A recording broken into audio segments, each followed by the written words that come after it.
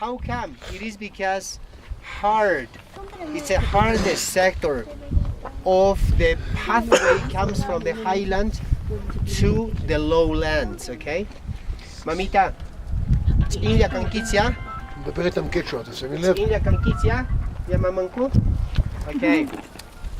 So, we are not talking about the Inca time. We are talking about at least 200 or 300 years, okay, before Christ.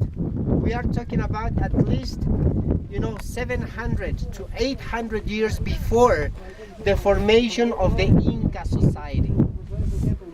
This is the time when the Lupacas, a lineage of people in the Ausangate mountain sector, were evolving as a alpaca and llama and vicuña raisers.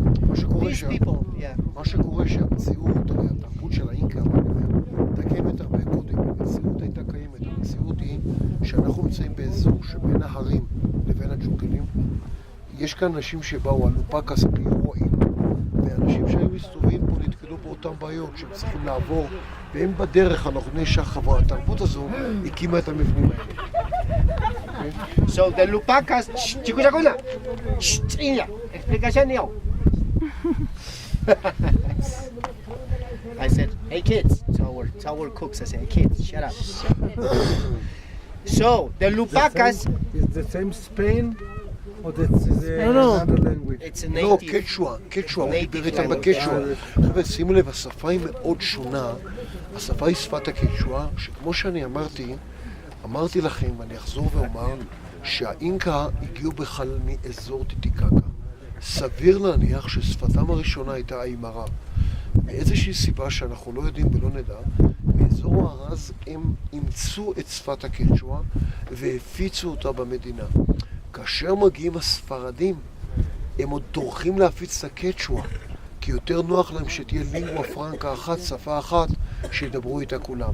בשביל הילדים האלה, הספרדית היא רק שפה שנייה. כן. הם לומדים בבית ספר קצ'ווה, היום כן. קצ'ווה, ומתי מתחילים ספרדית באיזה... מההתחלה, מהרגע שמגיע לבית ספר, כל מוסד חינוכי לומד ספרדית. אוקיי. כן. So, the Lupacas were a lineage of people, who's formed a great civilization around the Titicaca Lake in the Puno sector. Are you going to Puno? Si. Yes, you will know that place. It is very charming, it's very spiritual.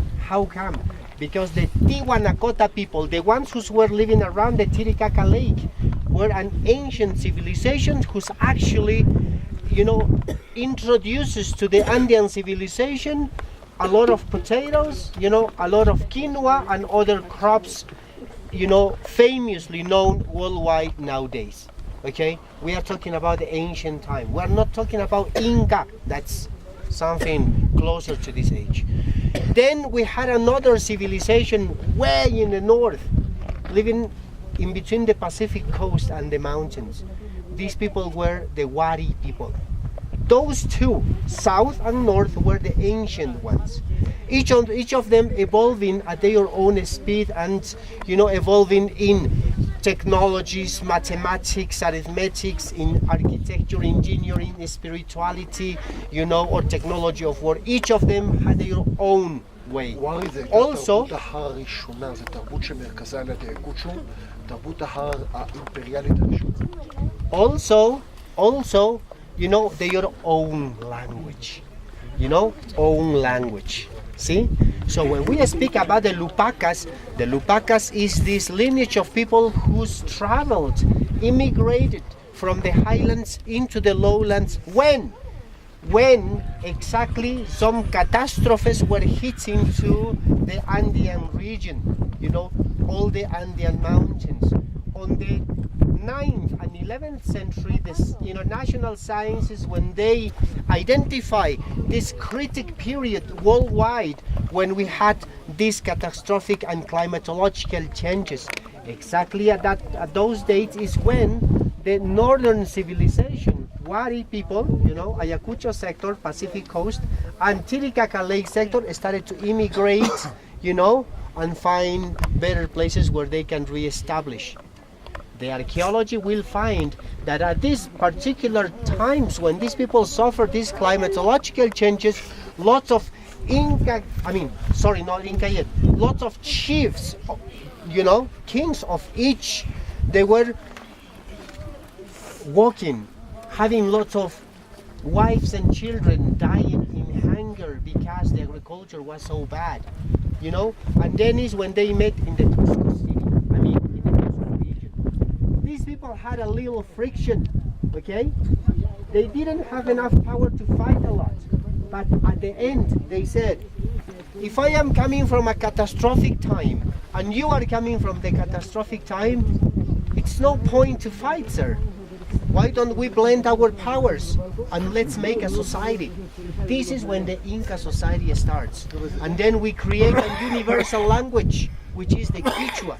You have to teach to your people the new language for trading, and I will teach to mine the new one for trading. And then other people who see us, how good we are, then they will willing to participate in this project. It'll be strong, and they will say, can I join you?